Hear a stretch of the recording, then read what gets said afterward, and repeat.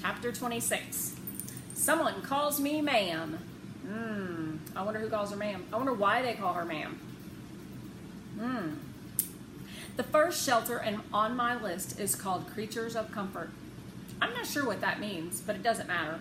Creatures of Comfort is located just 7 miles away, outside the village of Effingham. I dial the number. Hello, says a voice. Hello, I say. My name... But the voice continues talking. It sounds like it belongs to a robot. Due to flooding, all services at Creatures of Comfort have been suspended. Sheltered animals are temporarily being housed at the Holiday Inn in Belleville. Please call back at a later time or visit the Holiday Inn. We apologize for the inconvenience. The voice stops talking. I look down at my list. I had planned to cross out each shelter after I called it, but now I can't cross out Creatures of Comfort because I haven't actually spoken to anyone there. I'll have to call back another day. I realize I'm going to need a code in order to keep track of my calls. I think for a moment. Then I write today's date by Creatures of Comfort, and next to that, CB. What do you think it means? CB means call back. I dial the number of the second shelter on the list, Rescue Me. Hello, says a voice, and I wait for the rest of the message. Hello, the voice says again. The voice must belong to a real person. Hello, I say. My name is Rose Howard, and I'm looking for my dog. She got lost during the storm. Well, hi, Rose. The voice sounds kind. I think it's a woman's voice. I'm sorry about your dog. What does she look like? I describe Rain, and I add that my father let her out in a superstorm without her collar. Oh, dear, says the woman. Well, we don't have any dogs here that match Rain's description, but dogs and cats that were separated from their owners are turning up every day. I'll take down your information so we can call you if anyone brings in a small blonde dog with white toes. 7 white toes, I remind her. Yes, 7 white toes. That's a good identifier. I give the woman my name and phone number and tell her I'll call back in a few days. I look at my list again.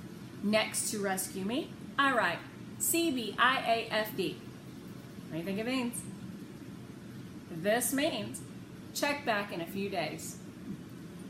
I wonder if she's going to write a little key at the bottom of her list so she knows what all these letters mean. You know, like a key on a map. I call Furry Friends, the third shelter on the list. A man answers, and I tell him about Rain. Well, ma'am, he says, we're a very small shelter, and only 2 dogs have been brought in since the storm. A poodle and a Yorkshire Terrier. I'm sorry. I give the man my name and phone number, hang up, and write CBIAFD. There are still 7 shelters to call before I can go on to the second list. Remember, the second list is the next circle. When I've called all 7, I look at the column I've made on the left-hand side of the paper.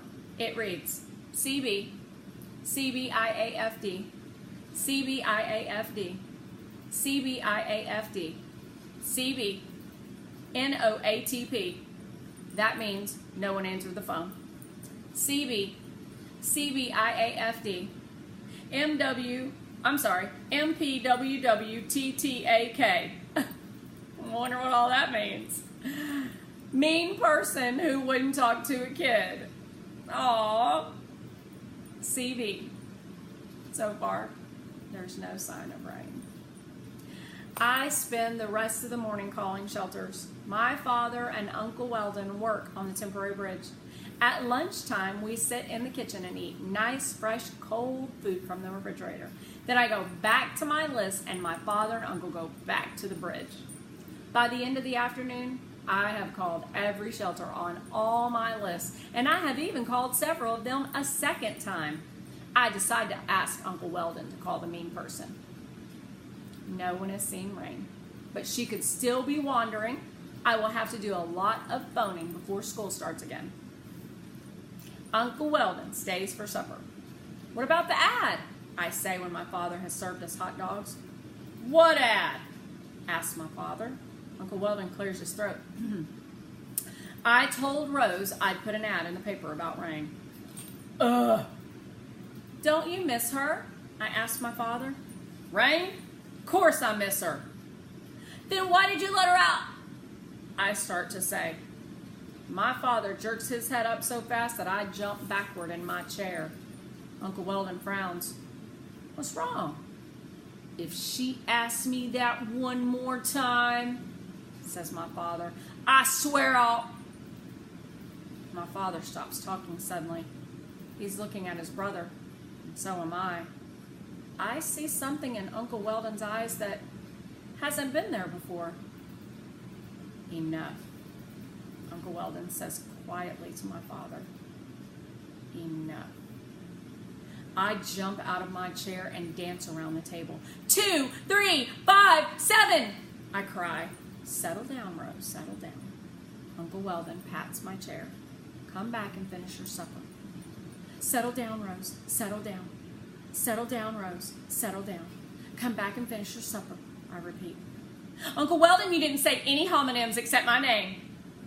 My father is holding his hot dog in midair and glaring at my uncle and me. That's all right, Rose, says Uncle Weldon, because guess what? I thought of a new homonym for you today. How's this? Packed and packed. I forgot about my father. That's a perfect one, I exclaim. It fits all the rules. I think for a moment. And if you follow that pattern, how about tact and tact? Brilliant, Uncle Weldon grins at me. After supper, we'll work on your list. Okay. I glance warily at my father. I feel like Rain, trying to figure out what kind of mood he's in. Did you know, I say as we're finishing our supper, that if you add up the numbers of our names and subtract the numbers of Rain's name, you come out with 177, which is not a prime number? Uncle Weldon frowns, thinking this over. Is that good or bad? He asks finally. Before I can answer, my father says, who the hell cares? I wonder why Dad's so mad.